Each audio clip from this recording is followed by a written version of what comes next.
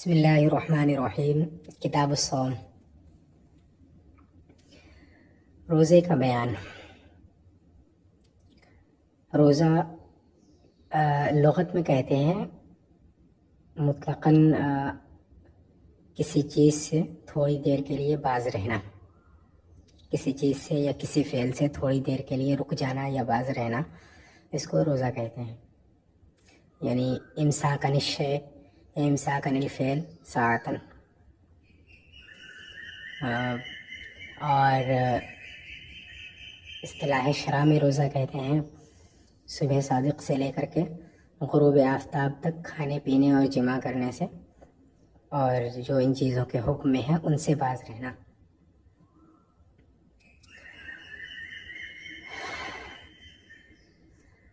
تعریف کر رہے ہیں روزے کی۔ هو الامساک نہارا عن ادخال شیء عمدا او خطأ بطانا او ما له حکم الباطن وعن شہوۃ الفرج بنیت من اہلہ۔ روزہ دن کے وقت میں رک جانا ہے، باز رہنا ہے، عن ادخال شیء عمدا، کسی چیز کو جان بوجھ کر، او خطأ یا غلطی سے، بطناً پیٹ کے اندر، او ما لہ حکم الباطن یا اس کے اندر جس کے لیے پیٹ کا حکم ہے، جس کا حکم پیٹ کا حکم ہے، اس کے اندر کسی چیز کو داخل کرنے سے باز رہنا ہے۔ امساک کا مطلب ہوتا ہے رکے رہنا، باز رہنا، ٹھیک ہے۔ نہار کا معنی ہوتا ہے دن، ادخال کا مطلب ہوتا ہے داخل کرنا، ڈالنا، اور عمدن کا مطلب ہے جان کر، یعنی اپنے اختیار سے، اپنی مرضی سے، اور خطأً کا مطلب ہوتا ہے کہ بھول کر، غلطی سے، بھول کر نہیں، غلطی سے۔ خطأً کا مطلب غلطی سے۔ عمدن، عمد جو ہے جی دونوں کے مقابلے میں آتا ہے، یعنی بھول کر ہو تو اس کے مقابلے میں بھی، یا خطا ہو تو اس کے مقابلے میں بھی عمدن آتا ہے۔ اور بطن کا مطلب ہوتا ہے پیٹ، اور باطن کا مطلب بھی یہاں سے اس سے مراد پیٹ ہے، یا پھر مطلب اندرونی حصہ۔ وہ کہہ رہے ہیں روزہ الامساک نہارا عن ادخال شیء عمدا او خطأ بطنا او ما لہ حکم الباطن، پیٹ میں یا اس کے اندر جس کا حکم پیٹ کا حکم ہے، اس کے اندر جس کا حکم پیٹ کا حکم ہے، عمدن یا خطأً، جان کر یا غلطی سے کسی چیز کو داخل کرنے سے باز رہنا ہے۔ وعن شہوۃ الفرج بنیت من اہلہ، اور شرمگاہ کی خواہش سے بھی باز رہنا ہے، بنیت من اہلہ۔ الفرج کا معنی ہے شرمگاہ، شہوت کا مطلب ہے خواہش، اور اہل کا مطلب اس کا معنی ظاہر ہے، مطلب کسی چیز کے اہل ہونے کا مطلب یہ ہوتا ہے کہ اس کا حق اس کو حاصل ہے، مستحق، اس کے معنی میں آتا ہے اہل۔ بنیت من اہلہ، روزے کے مستحق کی طرف سے اس کی نیت کے ساتھ ساتھ، مطلب یہ ہے کہ جو شخص روزہ رکھنے کا اہل ہے اس کے لیے وہ شخص جو ہے وہ روزہ رکھے اور ساتھ ہی ساتھ وہ نیت بھی کرے، یہ اس کا مطلب ہے۔ بہرحال امساک کا مطلب ہوتا ہے کسی چیز سے باز رہنا اور رک جانا، ٹھیک۔ نہار یہاں کہا ہے، یعنی دن کے وقت میں رکے رہنے کو روزہ کہتے ہیں، ایسا نہیں ہے یہ تھوڑی دیر بھی اگر رک گیا تو اصطلاح شرع میں اسے روزہ کہیں گے، ایسا نہیں ہے، بلکہ نہارن کا مطلب یہ ہوتا ہے طلوع فجر صادق سے لے کر کے غروب آفتاب تک کا پورا وقت، یعنی صبح صادق سے لے کر کے غروب آفتاب تک کا پورا جو وقت ہے، اس پورے وقت پر نہار کا اطلاق ہوتا ہے۔ تو اسی کو کہا ہے کہ عام طور سے روزے کی تعریف یہی کی جاتی ہے کہ صبح صادق سے لے کر کے غروب آفتاب تک کسی چیز کو کھانے پینے اور جماع سے باز رہنا، تو اسی کو انہوں نے اور مختصر اور جامع لفظ سے بیان کیا ہے کہ نہار یعنی دن کے وقت میں باز رہنا۔ اس سے مراد وہی ہے کہ صبح صادق سے لے کر کے غروب آفتاب تک کے بیچ کا جو وقت ہے، اس پورے وقت میں باز رہنا۔ کس چیز سے باز رہنا؟ اس کے لیے انہوں نے کہا ادخال شیء، یعنی کسی چیز کو داخل کرنے سے، کسی چیز کو ڈالنے سے۔ ادخال سے انہوں نے یہ اس طرف اشارہ کرنا چاہا ہے کہ اگر کوئی چیز خود سے داخل ہو جائے، جیسے غبار وغیرہ داخل ہو جاتے ہیں یا مکھی وغیرہ، تو ان سب چیزوں سے جو ہے وہ روزہ نہیں ٹوٹتا ہے۔ اگر کوئی چیز منہ میں خود سے داخل ہو بھی جائے تو بھی وہ روزے دار ہے، ٹھیک ہے۔ یعنی داخل کرنے سے باز رہنا ہے، داخل ہونے سے باز رہنا یا نہیں ہے، اور داخل ہونے سے کوئی باز رہ بھی نہیں سکتا، اس پہ اس کا اختیار تو ہوتا نہیں ہے۔ لیکن ہاں، ادخال جو ہے یہ چاہے اس کی طرف سے ہو چاہے دوسرے کی طرف سے ہو، مثلا کسی اور نے اس کے منہ میں پانی ڈال دیا تو اس سے روزہ ٹوٹ جاتا ہے۔ ایسا نہیں ہے کہ اس سے روزہ نہیں ٹوٹے گا کیونکہ ادخال اس کی طرف سے نہیں پایا گیا، ایسا نہیں ہے، بلکہ ادخال مطلقاً ہے، چاہے یہ اس روزے دار کی طرف سے ہو یا اس کے غیر کی طرف سے ہو۔ اگر غیر کی طرف سے ہے ادخال، یعنی اس نے اس کے منہ میں قطرے ٹپکا دیے پانی کے اور حلق سے اتر گئے، تو بھی یہ جو ہے وہ اس کا روزہ نہیں ہوگا۔ تو ادخال سے باز رہنا ہے، وہ دوسرا شخص اس کے لیے کرے تو اس کا بھی اس سے باز رہنا ہے، ٹھیک ہے۔ اگر اس نے کر دیا تو اب یہ روزے سے خارج ہو گیا۔ بہرحال روزہ ہے دن کے وقت میں کسی چیز کو داخل کرنے سے باز رہنا۔ عمدن، پھر اس کے بعد انہوں نے کہا ہے عمدن کا مطلب یہ ہے کہ بھول کر کے یہ چیزیں نہ ہوئی ہوں، ٹھیک، یعنی جان کر اس نے کیا ہو، جس وقت اس نے کچھ داخل کیا پیٹ کے اندر، کچھ کھایا یا پیا یا پھر شہوت فرج جو ہے اس کو پوری کی، تو اس کو روزہ رکھنا یاد تھا۔ اگر روزہ رہنا یاد نہیں تھا تو وہ جو ہے اس کا روزہ باقی ہے، ٹھیک ہے۔ تو باز رہنا جو ہے وہ جان بوجھ کر باز رہنا ہے۔ اگر بھول کر کے وہ اس سے باز نہیں رہا، یعنی بھول گیا کہ وہ روزہ دار ہے، اس کے بعد کچھ کھا پی لیا، تو اس سے روزہ نہیں ٹوٹتا ہے۔ اس کے بعد کہا خطأً، عمدن او خطأً، یعنی جان کر بھولے سے یہ چیز نہیں ہوئی ہے۔ اس کے ساتھ ساتھ یہ بھی کہا ہے کہ خطأً یعنی غلطی سے ہو بھی جائے تو اس سے بھی باز رہنا۔ ایسا نہیں کہ اگر غلطی سے کوئی چیز ہو گئی، مثال کے طور پہ وہ کلی کر رہا تھا اور کلی کرتے وقت جو ہے پانی جو ہے اوپر چڑھ گیا، مطلب کلے میں اس نے مبالغہ کیا اور پانی حلق تک پہنچ گیا، تو اس سے بھی روزہ ٹوٹ جاتا ہے۔ حالانکہ اس کا ارادہ وہ نہیں تھا کہ پانی کو جو ہے حلق تک پہنچائے، بلکہ اس کا ارادہ تھا صرف کلی کرنے کا، لیکن غلطی سے جو ہے وہ پانی حلق تک پہنچ گیا تو اس سے بھی روزہ ٹوٹ جاتا ہے۔ اب یہ روزہ دار نہیں رہ گیا، روزہ رہنے سے یہ خارج ہو جائے گا۔ تو یہی کہا انہوں نے کہ جو خطا ہے یہ اس کی وجہ سے ایسا نہیں کہ یہ معذور ہے نسیان کی طرح، سہو کی طرح، بلکہ خطاً بھی اگر یہ چیزیں پائی گئی، یعنی ادخال پائی گئی، تو روزہ اس کا ٹوٹ جائے گا، وہ روزے کے حکم میں نہیں ہوگا۔ اس کے بعد کہا بطن، یعنی پیٹ کے اندر، پیٹ کے اندر کوئی چیز پہنچانا، یعنی کوئی چیز کھانا یا پینا، ٹھیک ہے۔ پیٹ کے اندر پہنچانے کا مطلب یہی ہوا کہ کھائے یا پیے تبھی پیٹ میں پہنچے گا، ٹھیک۔ او مالہ حکم الباطن، یا پھر وہاں کوئی چیز پہنچانا جس کا حکم پیٹ کا حکم ہے۔ اب پیٹ کا حکم جو ہے یعنی مثال کے طور پہ دماغ ہے، دماغ کا حکم بھی پیٹ کا ہی حکم ہے روزے کے اندر۔ اگر دماغ تک بھی کوئی چیز پہنچ گئی تو اس سے بھی روزہ ٹوٹ جاتا ہے۔ مثلاً اس نے ناک میں پانی ڈالا اور ناک سے پانی چڑھ کے دماغ تک پہنچ گیا تو اس سے بھی روزہ ٹوٹ جاتا ہے۔ اور انہوں نے کہا کہ پیٹ میں پہنچائے یا پھر وہاں پہنچایا جس کا حکم پیٹ کا ہے، جیسے دماغ ہے، دماغ تک پہنچا دیا تو اس سے بھی روزہ ٹوٹ جائے گا۔ یعنی دماغ تک پہنچانے سے بھی باز رہنا ہے، چاہے وہ جان کر کے وہ داخل کرے یا پھر غلطی سے داخل کرے، ان سب چیزوں سے باز رہنا ہے۔ جان کر کچھ کھانے پینے سے بھی باز رہنا ہے، غلطی سے کچھ کھانے پینے سے بھی باز رہنا ہے، پیٹ میں کوئی کھانا پانی دانا پہنچانے سے بھی باز رہنا ہے، اسی طرح دماغ تک بھی کوئی چیز پہنچانے سے باز رہنا ہے۔ وعن شہوت الفرج، اور شہوت فرج سے باز رہنا ہے، یعنی شرمگاہ کی شہوت کو پوری کرنے سے باز رہنا ہے۔ انقضاء شہوت فرج اس سے مراد ہے، مطلب یہ شرمگاہ کی جو خواہش ہوتی ہے اس کو پوری کرنے سے باز رہنا ہے، یعنی جماع وغیرہ اس سے مراد ہے کہ جماع وغیرہ کرنے سے بھی باز رہنا یہ ضروری ہے روزے کے لیے۔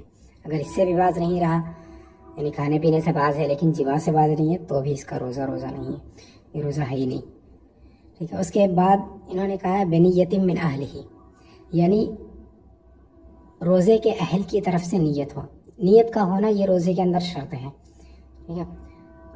روزہ اگر کسی نے رکھا اور اس نے نیت نہیں کی تو اس کا روزہ روزہ نہیں ہے. مثال کے طور پہ کسی کے پاس کھانا پینا نہیں ہے اور وہ پورے دن تک ایسے ہی بھوکا پیاسا رہ گیا, تو اس کا یہ بھوکا پیاسا رہنا روزہ نہیں ہے, بلکہ اگر روزے کی نیت سے اس نے مطلب کچھ کھایا پیا نہیں پورے دن بھر تو اس کا روزہ روزہ ہوگا. لیکن جو ایسے ہی بس بھوکا پیاسا رہ جائے, روزے کی نیت ہی نہ ہو, تو اس کا روزہ روزہ نہیں ہے. بھوکا پیاسا رہنا اس کا یہ روزہ نہیں ہے, اسی وجہ سے کیونکہ روزے کے اندر نیت شرط ہے. وہی انہوں نے کہا بنیت من اہلہ, روزے دار کی نیت کے ساتھ ساتھ, یعنی نیت کرنے کے ساتھ ساتھ ان سب چیزوں سے باز رہنا. اس کے بعد من اہلہ کہا ہے. من اہلہ کا مقصد اتنا ہے کہ نیت وہ شخص کرے یا روزہ وہ شخص رکھے نیت کے ساتھ ساتھ جو شخص روزہ رکھنے کا اہل ہے, یعنی روزہ رکھنے کا اس کو حق حاصل ہے. مثال کے طور پہ جو مکلف ہے, یعنی اس سے مراد وہ ہے جو مکلف ہے, جس پر احکام نافذ ہوتے ہیں, لازم ہوتے ہیں جس پر احکام, یعنی عاقل بالغ, اس سے وہ مراد ہے. ایسا مجنون وغیرہ اس سے مراد نہیں ہے. مجنون اگر ہے تو وہ روزے کا اہل ہی نہیں ہے, تو اس نے اگر روزہ رکھ لیا تو اس کا روزہ روزہ نہیں ہے. اسی کو یہاں بیان کیا ہے من اہلہ کہہ کر کے.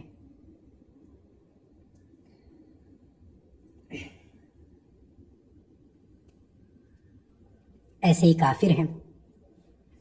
کافر بھی روزہ رکھنے کا اہل نہیں ہے, بلکہ وہ تو احکام شریعہ کا اہل ہے ہی نہیں. تو اس نے بھی اگر اگر اس نے نیت سے بھی روزہ رکھا, نیت کر بھی لی, تو بھی اس کا روزہ روزہ نہیں ہوگا. یعنی یہ جو شرائط ہیں, یہ پوری تعریف ہوئی ہے, یہ اسی شخص کی طرف سے پائی جانی چاہیے جو روزہ رکھنے کا اہل ہے اور نیت کے ساتھ ساتھ پائی جائے, تو اس کا روزہ روزہ ہوگا, ورنہ نہیں. وسبب وجوب رمضان شهود جزء منه وكل يوم منه سبب لأدائه. رمضان کے روزوں کے واجب ہونے کا سبب کیا ہے اور سبب وجوب ادا کیا ہے, اس کو یہاں پہ بیان کرنا مقصد ہے. ایک ہوتا ہے سبب وجوب اور ایک ہوتا ہے سبب وجوب ادا. ایک ہے وجوب اور ایک ہے وجوب ادا. وجوب کا مطلب یہ ہے کہ کوئی چیز کسی پر واجب ہو گئی, اس کا ادا کرنا اب اس کے ذمے لازم ہو گیا. اس کے ذمے ایک چیز آ گئی ہے, اب جب تک وہ اسے ادا نہیں کرے گا تب تک وہ اس سے فارغ نہیں ہوگا. ٹھیک ہے, ایک یہ ہے. اور وجوب ادا کا مطلب یہ ہوتا ہے کہ فی الحال اس چیز کو اس پر ادا کرنا لازم ہو گیا ہے. وجوب کا مطلب اتنا ہوتا ہے کہ اس پر یہ چیز واجب ہو گئی ہے, لیکن فی الحال ادا کرنا ہے ضروری ہے یا نہیں ہے, اس پر وجوب جو ہے دلالت نہیں کرتا ہے. جہاں پر وجوب اور وجوب ادا میں فرق ہو. اور وجوب ادا کا مطلب وہاں پر یہ ہوتا ہے کہ جب وجوب ادا کا سبب پا لیا گیا تو اب فی الحال اس چیز کا ادا کرنا واجب ہو گیا. ٹھیک ہے, اس کی مثال ایک تو یہاں روزہ ہی ہے, دوسری مثال کے طور پہ جو ہے نماز ہے, کہ نماز جب انسان بالغ ہوتا ہے تبھی سے اس پر فرض ہو جاتی ہے اس آیت کریمہ اقیم الصلاۃ کی وجہ سے. لیکن جب ہر نماز کا جب وقت آتا ہے تو جیسے جیسے ہر نماز کا وقت آتا ہے ویسے ویسے وہ واجب الادا ادا ہو جاتی ہے نماز. یعنی اب جب جیسے ہی نماز کا وقت آیا, ظہر کا وقت آیا, جب اقیم الصلاۃ کہا گیا, یعنی جیسے ہی وہ بالغ ہوا تو اس پر تمام نمازیں جو ہے وہ واجب ہو گئی, جب تک کہ وہ اسے کوئی عذر لاحق نہ ہو, یعنی ایسا عذر جو نماز کے لیے قابل قبول ہے, جس سے نماز معاف ہو جائے. جب تک اسے کوئی ایسا عذر لاحق نہ ہو تب تک ساری نمازیں اس پر فرض ہو گئی. لیکن اب ساری کو اکٹھے ادا کرنا اس پر فرض نہیں ہے, بلکہ جس نماز کا وقت ہو اس نماز کا اس پر ادا کرنا یہ فرض ہے. تو یہ فرق ہے وجوب اور وجوب ادا کے اندر, کہ جب بالغ ہوا تو اس وقت اس کے ذمے جو آیا وہ وجوب تھا, اور جب کسی بھی نماز کا وقت ہوا تو اس پر جو لازم ہوا ہے وہ وجوب ادا ہے. اب ادا کرنا واجب ہے. ہاں, تو وہی کہہ رہے ہیں کہ رمضان کا بھی ایک وجوب ادا ہے اور ایک ہے وجوب. رمضان کے روزے جو ہیں ان کا بھی وجوب اور وجوب ادا دونوں الگ الگ ہیں, اور کیا نام ہے اس کے اسباب جو ہیں وہ بھی الگ الگ ہیں. لیکن وہ سبب وجوب رمضان شہود جزء منہ. شہود کا مطلب ہوتا ہے آ جانا, پایا جانا, حاضر ہونا وغیرہ. جز کا مطلب حصہ ہوتا ہے. اور رمضان کے وجوب کا سبب, یعنی رمضان کے روزوں کے وجوب کا سبب, صوم محذوف ہے. سبب وجوب صوم رمضان, اصل میں یہ ہے رمضان کے روزوں کے واجب ہونے کا سبب اس کے کسی جز کا حاضر ہونا ہے، یعنی رمضان کے ایک جز کا پایا جانا ہے. رمضان کا ایک جز پایا گیا تو اب جو ہے رمضان کے روزے جو ہیں وہ فرض ہو گئے. اور لیکن فی الحال رکھنا فرض نہیں ہے، کیونکہ روزے کا جو وقت ہے اسی وقت میں روزہ رکھا جائے گا. ٹھیک، تو یہ وجوب ہے. سبب وجوب یہ ہے کہ رمضان کا ایک لمحہ پایا گیا، یعنی رمضان جو پورا رمضان کا پورا وقت ہے، چاند ہونے سے چاند ہونے تک کے بیچ کا جو وقت ہے، اس پورے وقت کو رمضان کہا جاتا ہے. اب اس رمضان کا پہلا جز پایا گیا، یعنی چاند دکھ گیا اور رؤیت ہلال ثابت ہو گئی، تو کیا نام ہے وہ اب اس کا ایک جز پا لیا گیا، یعنی اب روزے رکھنا واجب ہو گیا ہے. لیکن فی الحال تو رکھنا واجب ہے نہیں، کیونکہ یہ روزے کا وقت ہی نہیں ہے، بلکہ روزے کا جو وقت ہوگا وہ صبح صادق سے شروع ہوگا. تو یہ وجوب ادا ہے کہ اس پر رمضان کے روزے رکھنا واجب ہو گیا. اور پھر اس کے بعد جب صبح صادق طلوع ہوگا تو اس وقت جو ہے وہ سبب وجوب ادا، یعنی وجوب ادا اس وقت اس پر ہوگا، یعنی اب اس واجب کو ادا کرنے کا وقت آ گیا ہے. اب اس واجب کو یعنی روزے کو رکھنا ہے. اب روزے کا وقت ہو گیا تو اس کو رکھنا واجب ہے، یہ مطلب ہے. تو میں کہہ رہے ہیں جو وجوب رمضان کا سبب ہے، یعنی وجوب روزہ کا سبب ہے، رمضان کس وجہ سے کس سبب سے واجب ہوتا ہے، وہ یہ ہے کہ رمضان کا کوئی ایک جز پایا جائے. رمضان کا جز جب تک نہیں پایا جائے گا تب تک اصل روزہ اصلاً فرض ہوگا ہی نہیں. ٹھیک ہے، جب رمضان کا جز پایا جائے گا تب روزہ اس پر فرض ہو جائے گا، لیکن فی الحال روزہ رکھنا فرض نہیں ہے، یہ وقت ہی نہیں ہے. وَكُلُّ يَوْمٍ مِّنْهُ سَبَبٌ لِأَدَائِهِ، اور ہر دن، رمضان کا ہر دن اس کا سبب ہے. من ہو کہ ضمیر جو ہے رمضان کی طرف لوٹ رہی ہے. وَكُلُّ يَوْمٍ، کل کا مطلب ہر ہوتا ہے، یوم کا مطلب دن، اور ادائہی کا مطلب روزوں کے ادا کا. سبب لِأَدَائِهِ روزوں کے ادا کا سبب ہے. اور وَكُلُّ يَوْمٍ مِّنْهُ سَبَبٌ لِأَدَائِهِ، اور رمضان کا ہر دن اس کی ادا کا سبب ہے. ہر دن سے مراد ہر دن کے جز کا، ہر دن کا پہلا جز، یعنی دن کسے کہتے ہیں؟ ابھی اوپر انہوں نے نہارن کہا تھا، تو اس سے نہار ہی مراد ہے، یعنی صبح صادق سے لے کر کے غروب آفتاب تک کا جو وقت ہے. اس کا پہلا جز پایا جانا، اس کا پہلا جز، اس کے پہلے جز کا وجود ہی سبب ادا کا وجوب سبب ادائے صوم ہے.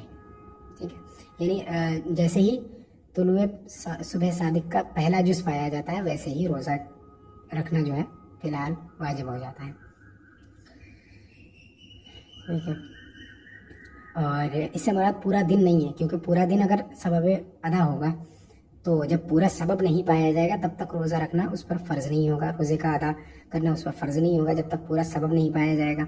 اور پورا سبب جو ہے وہ پایا جائے گا، کیونکہ دن پورا جو ہوتا ہے غروب آفتاب تک ہوتا ہے. تو جب غروب آفتاب تک پورا گزر جائے گا تب پورا سبب پایا جائے گا.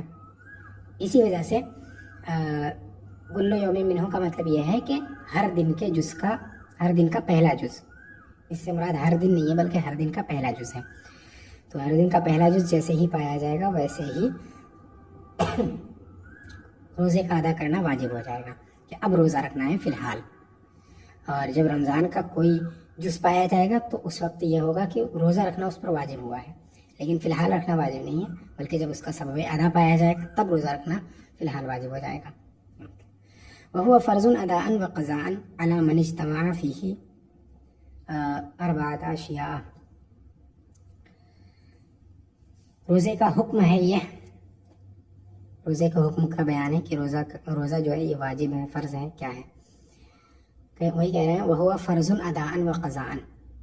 وَهُوَ سے مراد یعنی روزہ، وَهُوَ اور وہ یعنی روزہ، فرض فرض ہے، اداءً ادا کے طور پر، وقضاءً اور قضا کے طور پر. چاہے روزہ ادا ہو یا قضا ہو، بہرحال وہ فرض ہے.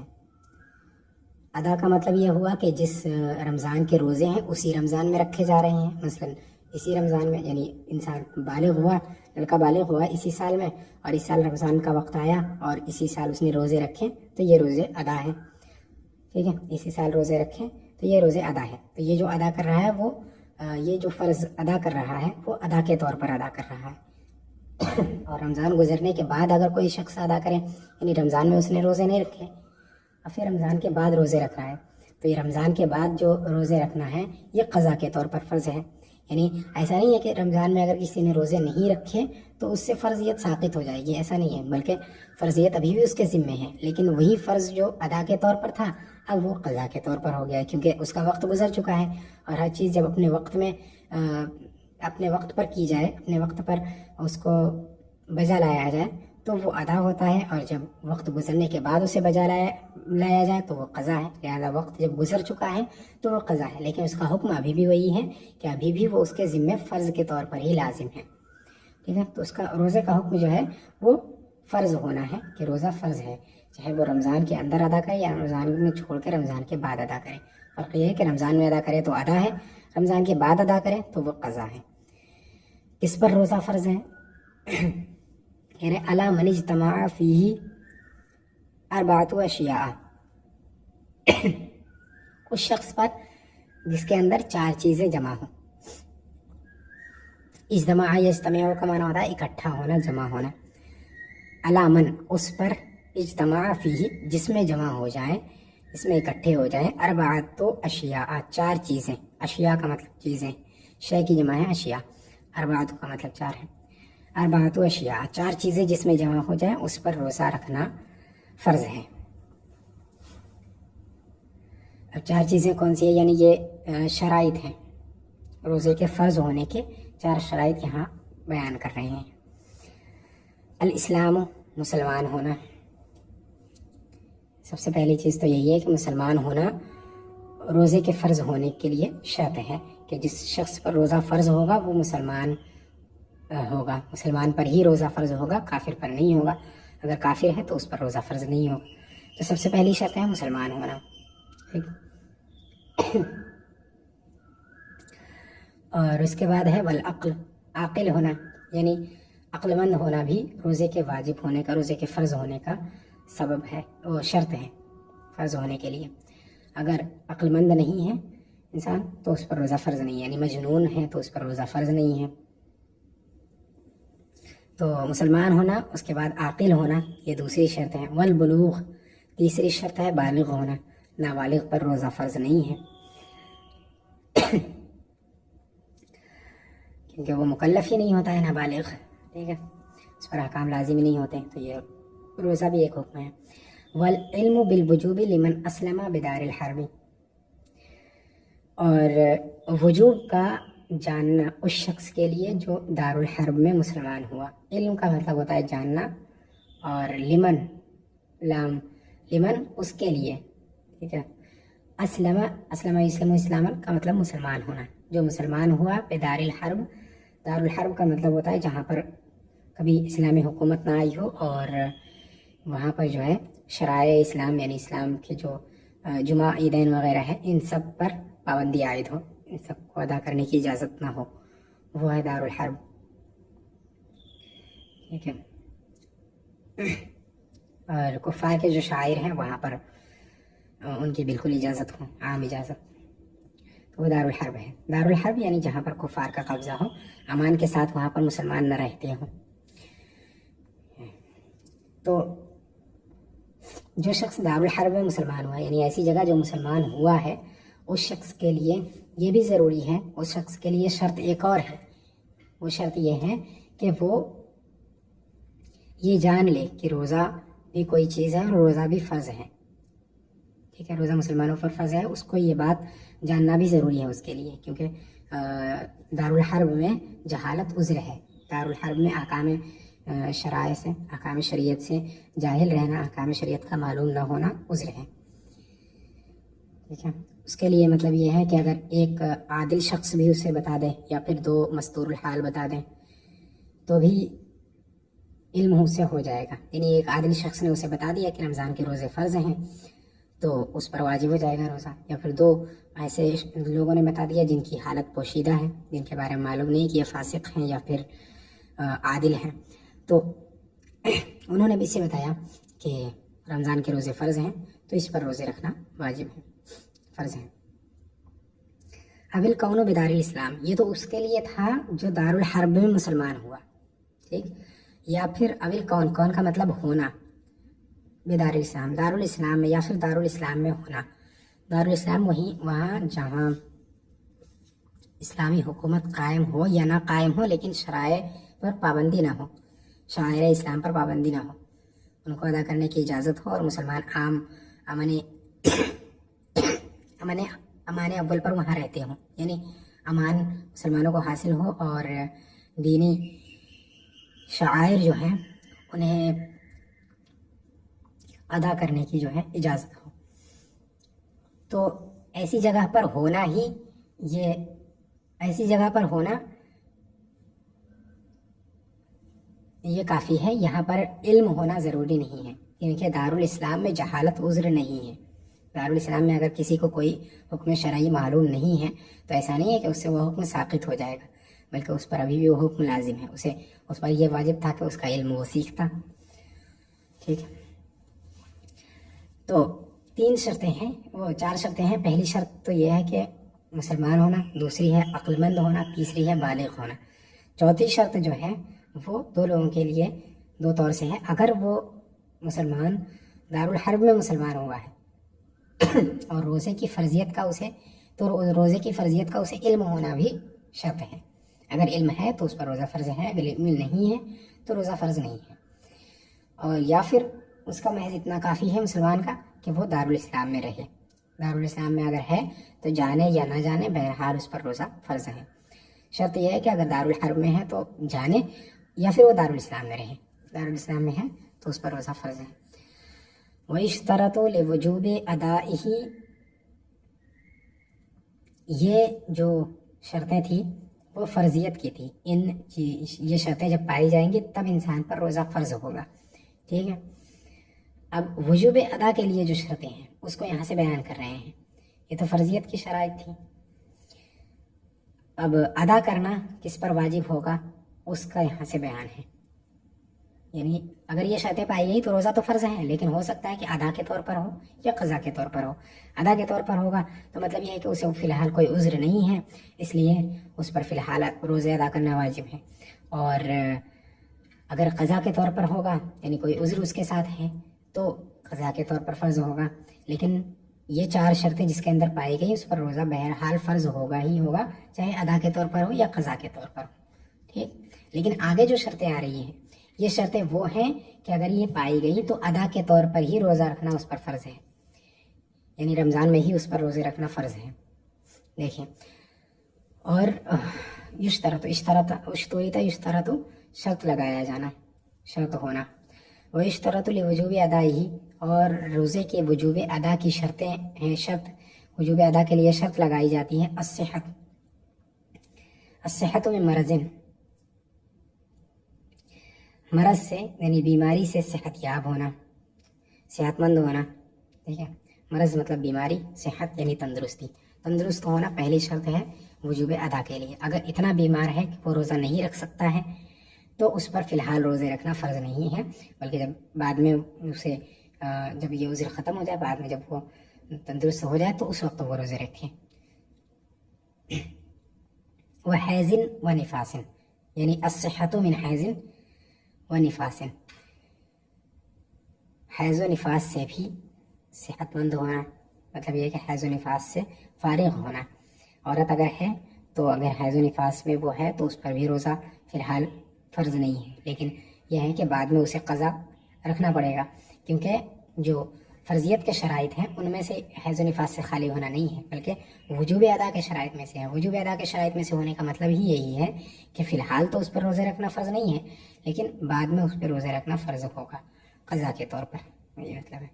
تو حیض و نفاس، حیض و نفاس سے بھی خالی ہونا وجوب ادا کے لیے شرط ہے۔ اگر حیض و نفاس میں عورت ہے تو فی الحال اس پر روزے فرض نہیں ہے، بلکہ ان کی قضا وہ کرے گی بعد میں، ان روزوں کی قضا فرض ہے اس پر۔ والاقامت، اور اقامت یعنی مقیم ہونا، وہ شخص اپنے جہاں پر ہو وہاں پر اقامت پذیر ہو، ایسا نہیں کہ وہ سفر میں ہے۔ سفر میں اگر ہے کوئی تو اس کے لیے بھی اس پر بھی روزہ فی الحال واجب نہیں، یعنی وجوب ادا وہاں پر نہیں پایا گیا، کیونکہ وجوب ادا کی شرط مفقود ہے اقامت۔ تو سفر میں اگر کوئی ہے تو اس کے لیے اختیار ہے، چاہے تو روزہ رکھے چاہے تو وہ قضا کرے، باقی جب سفر ختم ہو جائے اس کے بعد وہ روزہ رکھیں، لیکن روزہ رکھنا افضل ہے، کہ وجوب ادا کی شرطوں میں سے اقامت بھی ہے. اگر اقامت پائی گئی تو فی الحال روزے رکھنا واجب ہے. اگر سفر میں ہے تو فی الحال روزے رکھنا واجب نہیں ہے بلکہ بعد میں قضا کرے گا. وَيُشْتَرَطُ لِلصِّحَّةِ، اچھا یہ شرطیں تھی اس کی وجوب ادا کی. ٹھیک ہے کہ اگر یہ شرطیں پائی گئی تو فی الحال روزے رکھنا واجب ہے، ادا کے طور پر روزے رکھنا واجب ہے. اگر ان شرطوں میں سے کوئی ایک شرط مفقود ہے تو فی الحال تو روزے رکھنا واجب نہیں ہے، لیکن جب رمضان کے جب یہ عذر ختم ہو جائے گا، جب یہ شرط پائی جائے گی تو اس وقت تو روزے رکھنا واجب ہو جائیں گے. یہی روزے جو مطلب اس وقت فی الحال روزے رکھنا واجب ہو جائیں گے، یہی روزے جو اس رمضان میں واجب ہوئے تھے. ایسا نہیں کہ وہ کوئی نیا روزہ ہوگا، بلکہ وجوب، چونکہ وجوب کے شرائط پا لیے گئے تھے اس لیے روزے اس پر واجب ہو گئے تھے، لیکن وجوب ادا کے نہیں پائے گئے تھے اس لیے فی الحال اس پر روزہ رکھنا فرض نہیں تھا. اس کے لیے اجازت تھی کہ چاہے تو وہ روزہ رکھے، چاہے تو بعد میں پھر قضا کرے، چاہے افطار کر لے بعد میں اس کی قضا کرے گا. یہ تو دو شرطیں تو ایک شرط اسے کہتے ہیں، ایک شرط عورتوں کے ساتھ خاص ہے، اس کے بعد جو دو شرطیں ہیں وہ عورت اور مرد دونوں کو شامل ہے. حیض و نفاس سے خالی ہونا یہ عورت کے ساتھ خاص ہے، اور مرض سے خالی ہونا، صحت مند ہونا اور مقیم ہونا یہ سب کے لیے ہے، چاہے مرد ہو یا عورت ہو. وَيُشْتَرَطُ لِصِحَّةِ أَدَائِهِ ثَلَاثَةٌ، اور صحت ادا کی 3 شرطیں ہیں. صحت ادا کا مطلب یہ ہے کہ کسی نے روزہ رکھ لیا، لیکن اب پتہ کیسے چلے گا کہ اس کا یہ روزہ درست ہوا ہے یا پھر فاسد ہوا ہے، صحیح ہوا ہے یا فاسد ہوا ہے، صحیح ہوا ہے یا نہیں ہوا، یہ کیسے پتہ چلے گا؟ تو اس کے لیے کہہ رہے ہیں کہ اس کی شرطیں جو ہیں وہ 3 ہیں. اگر یہ 3 شرطیں پائی گئیں تو اس کا روزہ جو ہے وہ درست ہے، اور اگر یہ 3 شرطوں میں سے کوئی بھی ایک شرط اگر مفقود ہوئی تو وہ روزہ اس کا درست نہیں ہے. النیت، پہلی شرط ہے نیت، یعنی نیت کر کے وہ روزہ رکھے گا تبھی اس کا روزہ جو ہے یہ درست ہوگا، ورنہ نہیں ہے. نیت کا جو وقت ہے رمضان کے روزے کے وہ زوال سے پہلے تک کا ہے. زوال کا مطلب یہ ہے کہ جو نصف النہار شرعی ہے وہ، یعنی صبح صادق سے لے کر کے غروب آفتاب تک کے درمیان کا جو بالکل درمیان کا جو وقت ہے اس وقت سے پہلے نیت کرنا ضروری ہے. اس درمیان کے وقت کو نصف النہار شرعی کہتے ہیں. ٹھیک ہے، اور ایک دوسرا نصف النہار ہوتا ہے، یعنی جو عام طور پہ جو مشہور ہے اس کو نصف النہار عرفی اور حقیقی بولتے ہیں، اور وہ جو دوپہر کا بالکل وقت ہوتا ہے، یعنی 12 بجے کا جو وقت ہوتا ہے وہ اس کو نصف النہار عرفی کہتے ہیں. اور یہ جو نصف النہار ہے اس کو نصف النہار شرعی کہتے ہیں، یعنی زوال کا جو وقت ہوتا ہے جس وقت میں نماز وغیرہ پڑھنا جائز نہیں ہے. تو یہ اس نصف النہار سے پہلے نیت کرنا ضروری ہے. اگر رات میں نیت نہیں کی ہے اور اس سے پہلے نیت کر لی اور کچھ کھایا پیا نہیں ہے صبح صادق کے بعد سے اب تک، تو اس کا روزہ درست ہو جائے گا. اگر زوال کا وقت گزر چکا، یعنی زوال کا وقت شروع ہو چکا، زوال کا وقت گزر چکا ہے بلکہ زوال کا وقت اگر شروع ہو گیا اس کے بعد اگر اس نے نیت کی تو بھی یہ نیت قابل قبول نہیں ہے. اب اس کا اس دن کا روزہ جو ہے وہ شمار نہیں ہوگا، ادا نہیں ہوگا، اس کی قضا اسے کرنی پڑے گی. یہ ہے پہلی شرط تو یہ تھی کہ نیت ہو. والخلو عما ینافیہ من حیض و نفاس، اور اس چیز سے فارغ ہونا، اس چیز سے خالی ہونا جو روزے کے منافی ہے. منافی ہونا یعنی مخالف ہونا. 2 چیزیں ایک ساتھ اگر جمع نہیں ہو سکتی ہیں تو ان کو ایک دوسرے کا منافی کہیں گے. یعنی 2 چیزیں اگر ایک ساتھ جمع نہیں ہو رہی ہیں تو جو 2 چیزیں ہیں وہ دونوں ایک دوسرے کے منافی ہیں. یہ مطلب ہوتا ہے منافی ہونے کا. تو خالی ہونے کا مطلب یہ ہے کہ خلو کا مطلب خالی ہونا یعنی فارغ ہونا. اما ینافیہ من حیض و نفاس، اس چیز سے خالی ہونا جو روزے کے منافی ہے، جیسے حیض ہے اور نفاس ہے. من یہ بیانیہ ہے، من حیض و نفاس جیسے حیض و نفاس. وہ اما یفسد ہوں، اور اس چیز سے خالی ہونا جو روزے کو فاسد کرتے ہیں. حیض و نفاس سے خالی ہونا یہ بھی صحت ادا کے لیے شرط ہے. یعنی کوئی عورت اگر حیض و نفاس، کسی عورت نے روزہ رکھا، ٹھیک ہے، اور روزہ رکھنے سے جب روزے کا وقت ہوا یعنی صبح صادق، اس وقت جو ہے وہ حائضہ نہیں تھی، بعد میں دن کے کسی وقت میں خون آ گیا، تو اب یہ جو روزہ تھا وہ اس کا فاسد ہو گیا، کیونکہ جو شرط تھی صحت ادا کی وہ شرط پائی نہیں گئی. حیض و نفاس سے خالی ہونا شرط تھا، وہ شرط نہیں پائی گئی، لہٰذا اب اس کا جو روزہ ہے یہ صحیح نہیں ہوا، اس کو پھر سے دوبارہ رکھنا پڑے گا۔ واما یفسدہ، ایسے ہی اس چیز سے بھی خالی ہونا جو روزے کو فاسد کر دے، یعنی روزے کو توڑ دے، اس چیز سے بھی باز رہنا ہے۔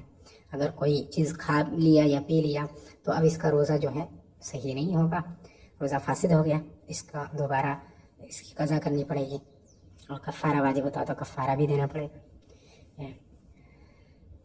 ولا یشترط الخلو عن الجنابتی، اور جنابت سے خالی ہونا شرط نہیں ہے، یعنی ایسا نہیں ہے کہ وہ شخص جس پر غسل فرض ہے اس نے اگر روزہ رکھ لیا تو اس کا روزہ صحیح نہیں ہوگا، ایسا نہیں ہے، کیونکہ صحت کی ادا میں سے جنابت سے خالی ہونا یہ شرط نہیں ہے۔ جنابت کا مطلب وہی کہ جس پر غسل کرنا فرض ہو، اس کی وجہ سے غسل کرنا فرض ہو، وہی ہے جنابت۔ تو ایسا نہیں ہے کہ اگر کسی شخص پر غسل واجب ہے تو اس نے اگر روزہ رکھا تو اس کا روزہ ادا نہ ہو، بلکہ اس کا روزہ پھر بھی ہو جائے گا۔ ہاں یہ ہے کہ یہ بہتر ہے کہ جلد سے جلد وہ غسل کر لیں، اور اگر نماز کا وقت گزر گیا اور وہ ایسے ہی ہے تو اس سے گنہگار بھی ہوگا پھر وہ، کہ نماز ترک کرنے کی وجہ سے، اور بلا وجہ غسل میں تاخیر کرنا بھی درست نہیں ہے۔ بہرحال جنابت سے خالی ہونا یہ روزہ رکھنے کے لیے شرط نہیں ہے۔ کسی پر اگر غسل واجب ہے تو ایسا نہیں ہے کہ وہ اس کی وجہ سے روزہ چھوڑ دے، اور اگر اس نے روزہ رکھ لیا تو اس کا روزہ ادا نہ ہو، ایسا نہیں ہے، بلکہ اگر اس نے روزہ رکھ لیا اور پھر بعد میں غسل کر لیا، کچھ حصہ روزے کا جو ہے وہ ایسی حالت میں گزرا جب اس پر غسل فرض تھا، تب بھی اس کا روزہ ادا ہو جائے گا، اس کا روزہ درست ہے۔ یہ تو روزے کے جو ہیں وہ صحت ادا کے شرائط تھے، یعنی یہاں تک شرائط کا بیان ہوا ہے، تعریف کا، اسباب کا اور شرائط کا بیان یہاں تک ہوا ہے۔ اب یہاں سے ارکان بیان کرنے جا رہے ہیں۔ روزے کے ارکان کیا ہیں؟ رکن کسی بھی چیز کے جزو لازم کو کہتے ہیں، ٹھیک ہے، اور شرط جو ہے یہ جس پر شے موقوف ہو اس کو کہتے ہیں، یعنی شے کے لیے جو چیز لازم ہو لیکن شے کے اندر داخل نہ ہو اس کو شرط کہتے ہیں، اور رکن کہتے ہیں جو شے کے لیے ضروری تو ہو اور وہ ساتھ ہی ساتھ شے کے اندر داخل بھی ہو تو وہ رکن ہے۔ رکن الکف عن قضاء شہوتی البطن والفرج وما الحق بہما، روزے کا رکن کف عن قضاء شہوتی ہی ہے۔ الکف یعنی باز رہنا، قضاء شہوت یعنی شہوت پوری کرنا، قضاء کا مطلب پوری کرنا، شہوتی تثنیہ کا صیغہ ہے، البطنی والفرج پیٹ اور شرمگاہ، پیٹ بطن کا مطلب پیٹ اور فرج کا مطلب شرمگاہ، شرمگاہ اور پیٹ دونوں کی شہوت کو ادا کرنے سے باز رہنا، یعنی کھانے پینے اور جماع وغیرہ سے، یہ سب چیزوں سے باز رہنا۔ وما الحق بہما، اور جو ان کے ساتھ ملحق ہیں ان سے بھی باز رہنا، یعنی جو چیزیں کھانے پینے کے حکم میں ہیں، جو چیزیں کھانا پینا یہ تو ظاہر ہے کہ مطلب کچھ کھا لیا یا پی لیا، یا وہ جو کھانے پینے کے حکم میں ہیں ان سے بھی باز رہنا ہے۔ ایسے ہی جو شرمگاہ کی قضا پوری کرنے اور اس کے حکم میں جو ہے اس سے بھی باز رہنا، یعنی جماع کرنے اور جو چیز جماع کے حکم میں ہے اس سے بھی باز رہنا، یہ اس کا رکن ہے روزے کا، ٹھیک ہے۔ تو روزے کے ارکان یہی ہیں کہ کھانے پینے اور جماع سے، اور جو چیزیں ان کے حکم میں ہیں ان سے باز رہنا۔ حکم میں ہونے کا مطلب مثال کے طور پہ جو اوپر بیان کی تھی کہ دماغ تک پانی کا چڑھ جانا وغیرہ۔ الحق بہما، جو ان کے ساتھ ملحق ہیں، یعنی جو ان کے ساتھ متصل ہیں، جو ان کے حکم میں ہیں، وہ ان سے مراد ہے۔ وحکمہ سقوط الواجب عن الذمۃ والثواب فی الآخرۃ، روزے کا حکم کیا ہے، یعنی اگر کسی نے روزہ رکھ لیا تو اس کا اثر کیا ہوگا، وہی کہہ رہے ہیں سقوط الواجب، سقط یسقط، سقوط کا مطلب ہوتا ہے گرنا، ساقط ہونا، سقوط الواجب عن الذمۃ، ذمے سے واجب کا ساقط ہونا، یعنی جو اس پر رمضان کے آ جانے سے، روزے کا وقت ہو جانے سے اس پر جو اس کے ذمے میں ایک واجب جو آ گیا تھا وہ واجب اب ختم ہو گیا۔ اگر اس نے روزہ رکھ لیا تو وہ واجب ختم ہو گیا۔ سارے رمضان کے روزے رکھ لیے تو جو بھی اس رمضان کے جو واجبات تھے وہ سب اس کے ذمے سے ساقط ہو گئے، ٹھیک ہے۔ یہ دنیاوی حکم ہے کہ دنیا میں تو یہ ہے کہ جو واجب تھا اس کے ذمے میں وہ واجب ساقط ہو گیا، والثواب فی الآخرہ، اور حکم اخروی یہ ہے کہ آخرت میں وہ ثواب کا مستحق ہوگا. ٹھیک ہے، ہر چیز کا ایک حکم اخروی ہوتا ہے اور ایک حکم دنیاوی ہوتا ہے. تو دنیاوی حکم یہ ہے کہ جو واجب اس کے ذمے میں تھا وہ واجب کیا بولتے ہیں وہ ساقط ہو گیا، اور حکم اخروی یہ ہے کہ وہ آخرت میں ثواب کا مستحق ہوگا.